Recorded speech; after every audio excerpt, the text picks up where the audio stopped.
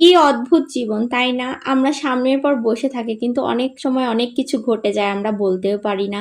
জীবনের মায়া এবং পরিস্থিতি কিন্তু অনেক কঠিন হয়ে থাকে। মায়ার টানে পরিস্থিতিটাকে অনেক সময় মানুষ অনেকভাবেই মাটিচাপা দিয়ে দেয়। যাই হোক, আমি আজকে ঘুম থেকে উঠেই দেখছিলাম আমার শাশুড়ির গোস্তটা রান্নায় তুলে দেওয়া হয়ে গিয়েছে, আর এদিকে চিংড়ি মাছটাও রান্না শুরু হয়ে গিয়েছে। যাই হোক, গোস্তটা প্রথম দিকে রান্না করার একটা রিজন থাকে, সেটা হচ্ছে গরুর গোস্ত যদি রান্না হয়ে যায় তাহলে মনে হয় কি অনেক কাজ পাতলা হয়ে গিয়েছে। আমার শাশুড়ি ওদিকে রান্না করছিল আর আমি ঘর বাড়ি সব নিট অ্যান্ড ক্লিন করে নিচ্ছিলাম, কারণ আজকে জুম্মার দিন প্লাস হচ্ছে মেহমান আসবে। অনেক কাজ মাথার উপর ছিল, আর যে পরিমাণে গরম পড়ছে কাজ করতে করতে অনেক পেরেশান হয়ে যাওয়া হচ্ছিল। তারপরেও আজকে রান্না বান্না কিন্তু খুবই তাড়াতাড়ি হয়ে গিয়েছিল। আমি আমার শাশুড়ির ঘরে বেডশিটটাও চেঞ্জ করে দিলাম। সাদার উপরে বেডশিট কিন্তু আমার অনেক পছন্দের। আমার সাদার উপরে বেডশিট দেখলে মাথা নষ্ট হয়ে যায় সেটা নেওয়ার জন্য। যাই হোক, এখানে ডাউল দিয়ে কলিজা ছিল, এবং ডাউল দিয়ে কলিজা শুধু থাকবে না, এর মধ্যে ডিমও দেওয়া হবে।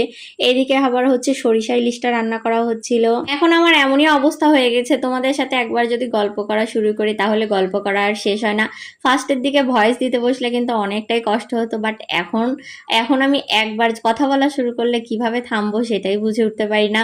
এদিকে কিন্তু রান্নাও মোটামুটি শেষের দিকে হয়ে গিয়েছে। ওই যে বলেছিলাম কলিজার সাথে ডিম অ্যাড করা হবে, তো এখানে ডিমটাও অ্যাড করে নেওয়া হলো। ডিম রান্না শেষে কিন্তু পোলাওটাও তুলে দেওয়া হয়ে গেল, জাস্ট পোলাওটা রান্না করলে তারপরে রান্না শেষ। এদিকে শাশুড়ি বেটার বউ এত কষ্ট করে রান্না করা দেখে ছেলের তো আর কিছুতেই রম আনছে না। ছেলে আমাদের জন্য জুস বানাতে চলে গিয়েছে।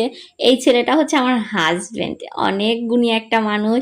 যাই হোক, আজকে ওর হাতের এই শরবতটা খায় আমি তো ওর পুরাই ফ্যান হয়ে গিয়েছিলাম। আমি ফার্স্টে ভাবছিলাম একদমই পচা হবে, বাট অনেক মজার ছিল। যাই হোক, আজকের মতো এইটুকুই। Thank you for watching. আল্লাহ হাফেজ, আসসালামু আলাইকুম। তোমরা সবাই অনেক অনেক ভালো থাকবে।